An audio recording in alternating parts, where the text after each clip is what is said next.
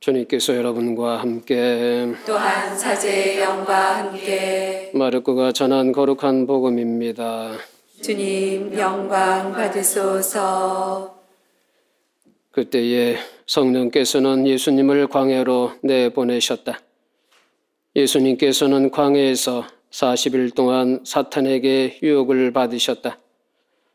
또한 들짐승들과 함께 지내셨는데 천사들이 그분의 시중을 들었다. 요한이 잡힌 뒤에 예수님께서는 갈릴레에 가시어 하느님의 복음을 선포하시며 이렇게 말씀하셨다. 때가 차서 하느님의 나라가 가까이 왔다. 회개하고 복음을 믿어라. 주님의 말씀입니다. 그리스도님 참여합니다. 오소서 성령님.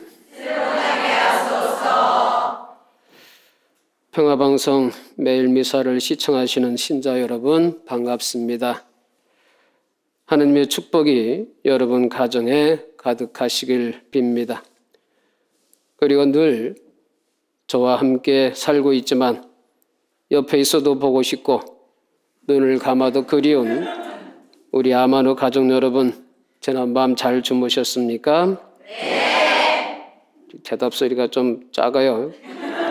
잘 잠겨 못 잠겨?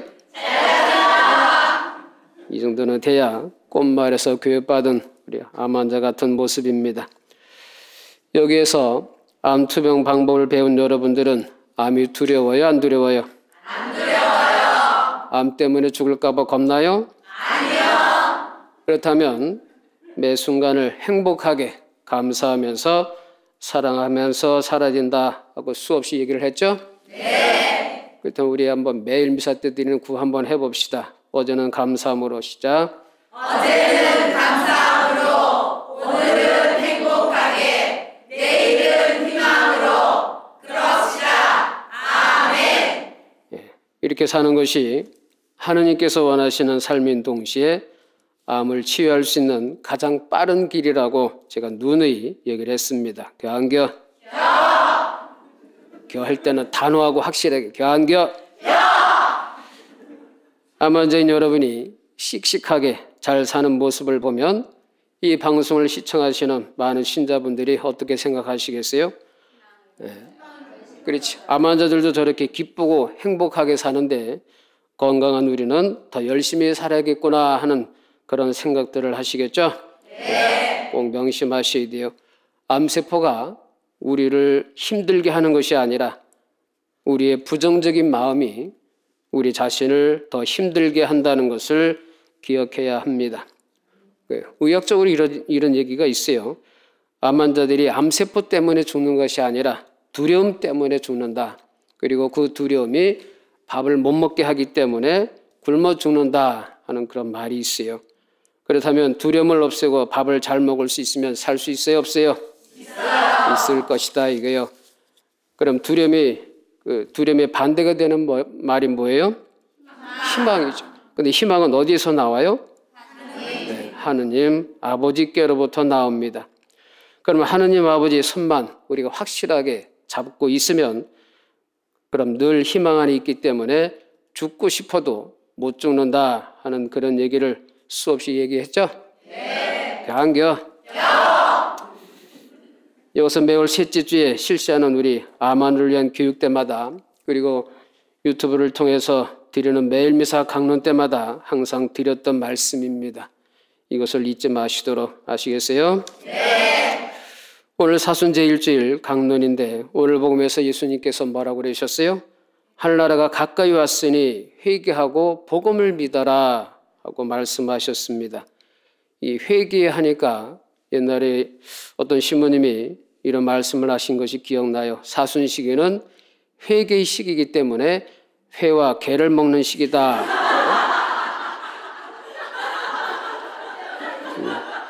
오늘 우스갯소리를 하신 말씀이긴 한데 정말로 생선회를 먹어서라도 진정한 회개가 이루어질 수 있다면 먹어야 돼 말아야 돼? 먹어야 되겠죠. 그것도 비싼 회일수록 회개가 더 잘 이루어질 수도 있다는 생각을 해봅니다. 사실 여러분들 회개가 뜻이 뭐라고 생각해요? 풀이하자면 마음을 고쳐먹고 다시 하느님께로 돌아선다라는 뜻입니다. 사실 건강한 일반 신자분들에게 사순시계는 예수님의 순환과 희생에 초점이 맞춰져 있습니다.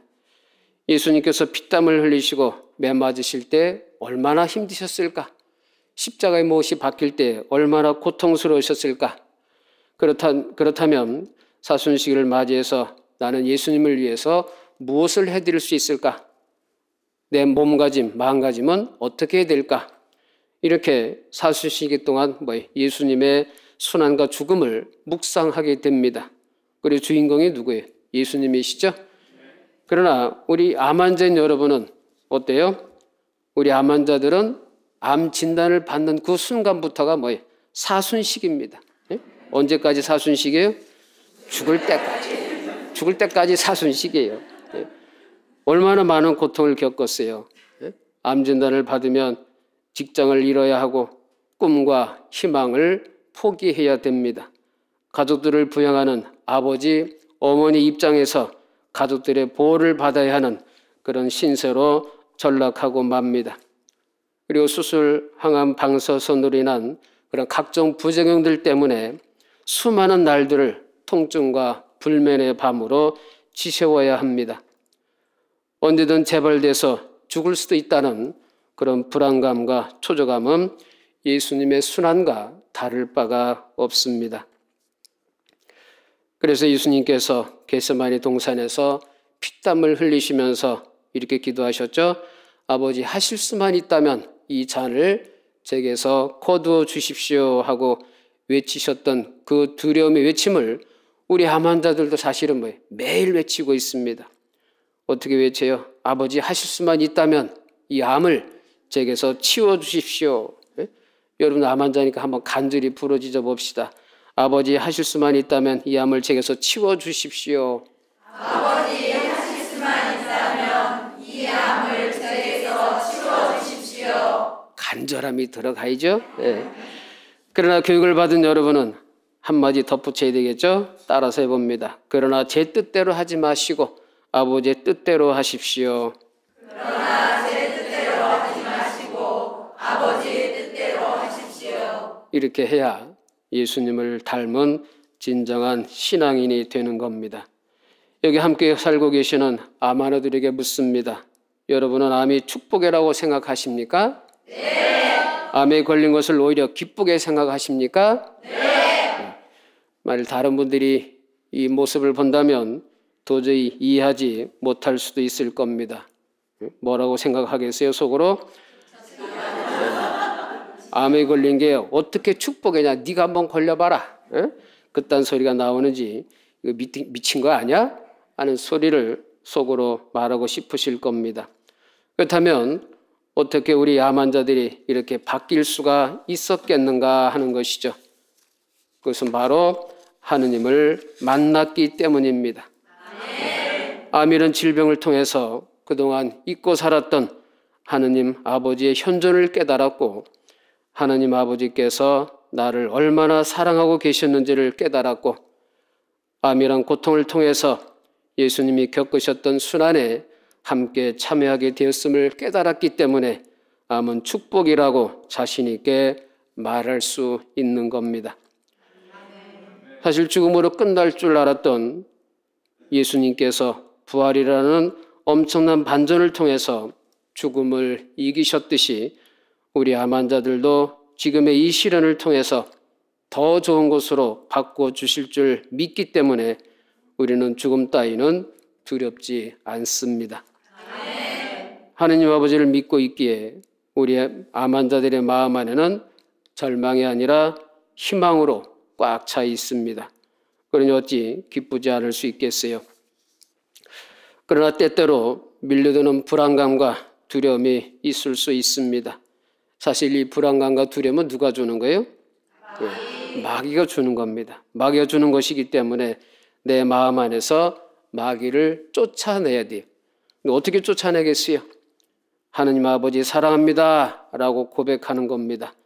이런 말을 계속 반복하다 보면 암조차도 마귀조차도 우리를 힘들게 할 수 없다는 것을 우리는 깨달았어요? 못 깨달았어요? 깨달았어요. 깨달았습니다. 여러분 이것을 믿죠? 네. 한번 해볼까요?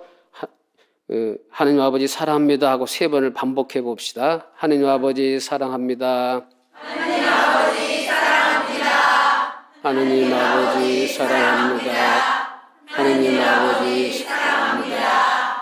그렇다면 사순식의 뜻은 하느님 아버지를 더 많이 믿고 더 많이 사랑하려고 노력하는 시기가 사순시기의 참된 뜻일 거예요.